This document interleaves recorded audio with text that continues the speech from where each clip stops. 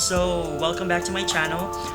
It's currently 11 a.m. so I'm going to the city center. I'm actually going to meet a friend, so we're gonna have lunch. I'm going to see Leonard. We're gonna have lunch in the city, and then afterwards we're going to this coffee shop.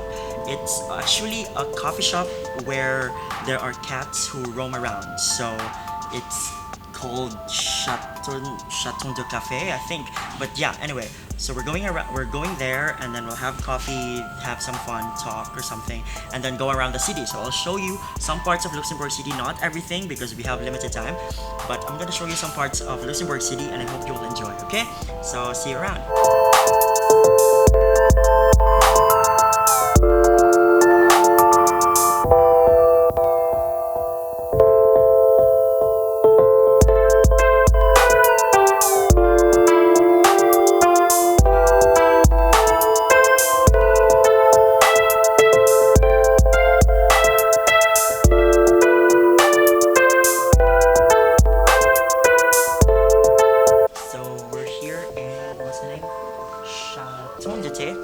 And it's actually a coffee shop or a cafe with cats everywhere.